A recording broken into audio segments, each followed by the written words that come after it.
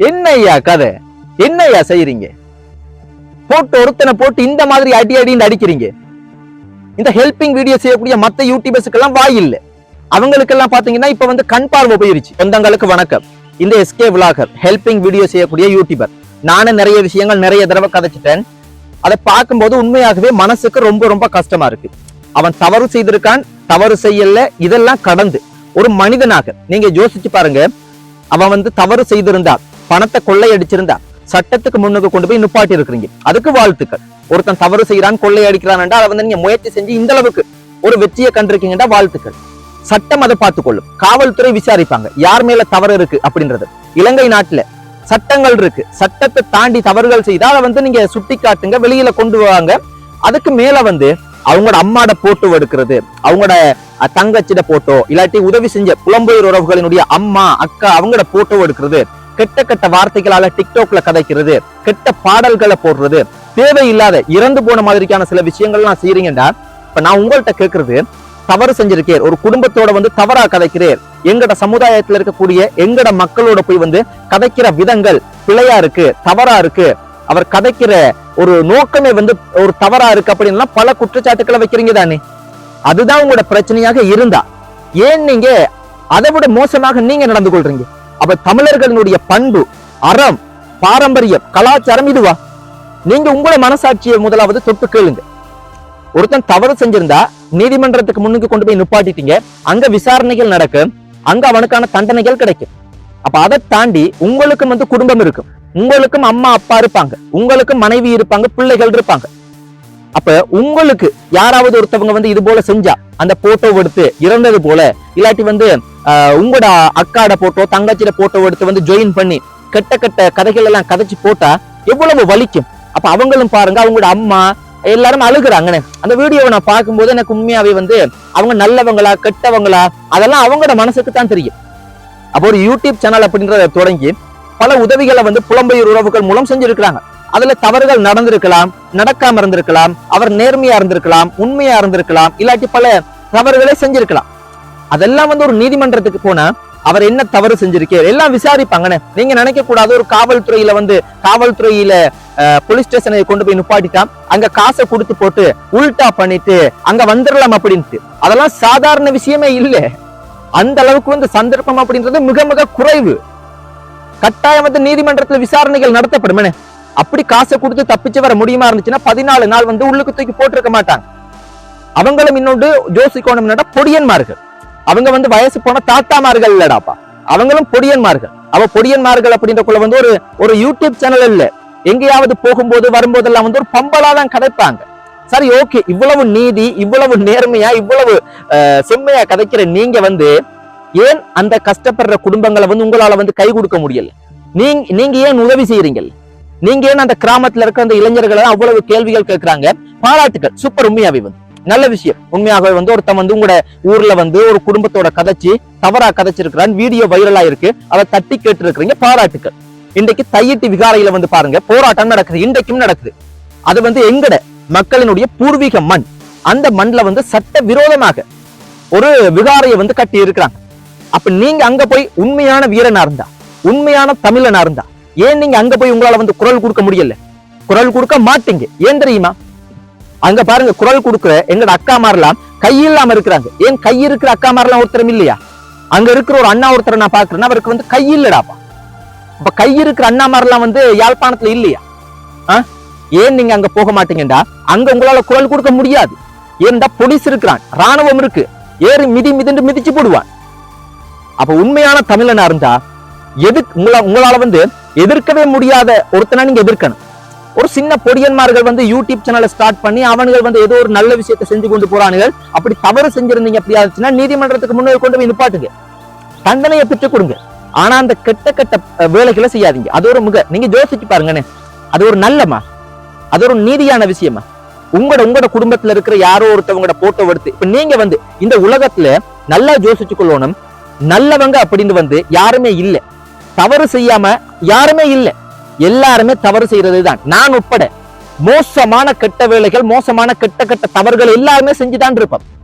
ஆனா அதுல இருந்து திருந்தி வாழ்றதுக்கு ஒரு சந்தர்ப்பம் கிடைச்சா திருந்தி அந்த தவறுகள்ல இருந்து திருந்தி ஒரு நல்ல மனுஷனை வாழ்றதுக்கு முயற்சி செய்யணும். அதுக்கு ஒரு சந்தர்ப்பத்தை கொடுத்தாதானடாப்பா வந்து முயற்சி செய்வாங்க. திரும்பி திரும்பி திரும்பி திரும்பி திரும்பி நீங்க வந்து அவ்வளவு தூரம் துன்புறுத்தும் போது, ஒருவேளை இப்ப அந்த ஒரு வீடியோ வைரலா இருக்கு, அந்த குடும்பத்துல இருக்கக்கூடிய அந்த தங்கச்சி வந்து தற்கொலை பண்ணிட்டாங்கன்னு வைங்களே. எஸ்கே விளாகர் அந்த சகோதரத்தை மட்டும் இல்ல, உங்களையும் இந்த வீடியோ எல்லாம் வந்து ஃபார்வர்ட் பண்ணீங்க, நீங்களும் ஒரு குற்றவாளி. என்ன சரி, ஒரு உதாரணத்துக்கு அந்த எஸ்கே விளாகர் அப்படின்ற அந்த சகோதரம், அந்த தம்பியோ, அந்த அவங்க வந்து அந்த எல்லாம் அந்த பொடியன்மார்கள் தெரியுறாங்க, அவங்க வந்து இதெல்லாம் சகிக்க முடியாம ஒரு தற்கொலை முடிவு எடுத்துட்டாங்கன்னு வைங்களே. அந்த நேரத்துல கவலையை தெரிவிச்சோ இல்லாட்டி வந்து ஐயோ அந்த அளவு இந்த அளவுக்கு நடக்க முடியும் நாங்க யோசிக்கல அப்படியெல்லாம் வந்து கதைச்ச எந்த ஒரு பிரயோசனமும் இல்லை. நல்லா யோசிச்சு கொள்ளுங்க. எல்லாரும் மனுஷர், எல்லாருக்குமே மனசு இருக்குது. எவ்வளவு மோசமான ஒரு கெட்ட கொலைகாரனா இருந்தாலும் அவனுக்கும் மனசு இருக்கு. அதனால இந்த உலகத்துல முடிஞ்ச அளவுக்கு தவறு செஞ்சா தவற சுட்டி காட்டுங்க. ஒரு தமிழனா ஒரு ஆரோக்கியமாக அறம் சார்ந்து எங்கட கலாச்சாரம் சார்ந்து அது போல நடந்து கொள்ளுங்க. அதை தாண்டி கெட்ட கெட்ட வார்த்தைகளால தூசணத்தால ஏசி தேவையில்லாத வேலைகள் எல்லாம் செய்யறதுனால என்ன நன்மை கிடைக்க போகுது? எல்லாருமே இந்த உலகத்துல வந்து கொஞ்ச நாளைக்கு தாண்டாப்பா இருக்க போறோம். இந்த கொஞ்ச நாளைக்கு பிற்பாடு எல்லாருமே இறந்து போயிருவோம். யாருமே இந்த பூமியில வந்து இருக்க முடியாது. ரொம்ப ஆடக்கூடாதுன்னு, ரொம்ப ஆடுனா நல்லா யோசிச்சு கொள்ளுங்க. நம்ம ஒருத்தனை இப்படி காட்டணும் அப்படியா இருந்துச்சுன்னா வந்து ஒரு விரல் தான் உங்களை காட்டுது, மீதி எல்லாமே நம்மளை காட்டுதுன்னு. அப்ப யோசிச்சு கொள்ளுங்க. எங்கட முதுகுல இருக்கிற ஊத்திய முதலாவது நாங்க வந்து பாப்பண்டாப்பா, அப்புறம் மத்தவங்கட பாப்போம். எவ்வளவோ இன்றைக்கு பாருங்க சமுதாயத்துல இன்றைக்கு அந்த தையிட்டி விகாரை அப்படின்றது சட்ட விரோதமா வந்து கொண்டு வந்து கட்டி இருக்காங்க. உண்மையான ஒரு தமிழனா இருந்தா, உண்மையான நீங்க ஆண்மகனா இருந்தா, உண்மையான நீங்க இதெல்லாம் இந்த தவறுகளை எல்லாம் எங்கட சமுதாயத்துல நடக்கிற அட்டூழியங்களை எல்லாம் தட்டி கேட்க முடியுமாக இருந்துச்சுன்னா அங்க போய் நில்லுங்க, அதை வந்து எதிர்த்து கேளுங்க. எல்லா மக்களும் ஒன்று திரண்டா இன்றைக்கு இந்த தையிட்டி விகாரைக்கு ஒரு முடிவு வந்திருக்குமா? வராதா? ஏன் முடிவு வரல?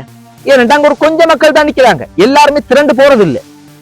எல்லா மக்களும் யாழ்ப்பாணத்துல இருக்கிற மக்கள் எல்லாரும் திரண்டு போய் நின்றா உடனடியாக அதுக்கு தீர்வு கிடைக்கும். ஆனா அதுக்கு யாருமே முயற்சி செய்ய மாட்டீங்க, அதெல்லாம் நீங்க யாருமே செய்ய மாட்டீங்க. ஏன் அப்படின்டா உங்களுக்கு தெரியும், அங்க போனா கைது செய்யப்படலாம், அநீதி நடக்குது, அது சட்டவிரோதமா தான் அந்த விகார கட்டியிருக்காங்க. எங்களினுடைய மக்களை வந்து அடக்குறாங்க, அடக்குமுறை செய்யறாங்க. சட்டவிரோதமா கட்டின விகாரைக்கு பாதுகாப்பு அந்த பூமியை கேட்டு அந்த மண்ணை கேட்டு போராடுற மக்களை வந்து காவல்துறை ராணுவம் அடிச்சு விரட்டுறாங்க. அப்ப எங்கட மக்கள் அடிச்சு விரட்டுறிய நீ யாருடா அப்படின்னு உங்களுக்கு கோபம் வந்திருக்கணுமே. ஏன் கோபம் வரல? ஏன் நீங்க பொறுமையா இருக்கிறீங்க? உங்களோட வீரம், உங்களோட அந்த கோபம் எங்கட மக்களை வந்து அநியாயம் பண்றாங்களே அப்படின்ற அந்த அந்த தைரியம் எல்லாம் எங்க போயிருச்சு? இத கதைச்சா என்னையா கதை? என்னையா செய்யறீங்க? போட்டு ஒருத்தனை போட்டு இந்த மாதிரி அடி அடின்னு அடிக்கிறீங்க. இந்த ஹெல்பிங் வீடியோ செய்யக்கூடிய மத்த யூடியூபர்ஸுக்கு எல்லாம் வாய் இல்லை. அவங்களுக்கு எல்லாம் பாத்தீங்கன்னா இப்ப வந்து கண் பார்வை போயிருச்சு. இனிமே நம்ம யூடியூப் வீடியோ வந்து அந்த உதவி வீடியோ செய்யறதை வந்து விட்டுட்டு போறோம்ன்றாங்க. உண்மையாகவும் நேர்மையாகவும் இருக்கிறீங்கடா. நான் இதுக்கு முதலும் சொல்லி இருக்கிறேன், உங்களுக்கு 2 சிக்கல் தான் இருக்கு. இலங்கை நாட்டினுடைய சட்ட திட்டத்துக்கு அமைவாக 18 வயசுக்கு உட்பட்ட சின்ன பிள்ளைகளினுடைய வீடியோ சட்டத்துக்கு அமைவாக நீங்க செய்யணும்.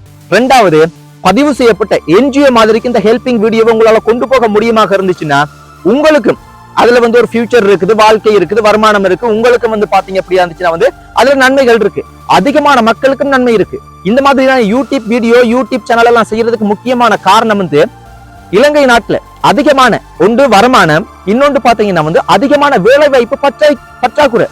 நல்ல நல்ல வேலை வாய்ப்பு இருக்கான்னு கேட்டீங்கன்னா இன்னைக்கு பட்டதாரிகள் கேம்பஸ் போய் பல்கலைக்கழகம் போய் படிச்ச பட்டதாரிகளுக்கு எத்தனை பேருக்கு வேலை இல்லை? ஆயிரக்கணக்கான ஆட்கள், லட்சக்கணக்கான ஆட்களுக்கு வேலை இல்லை.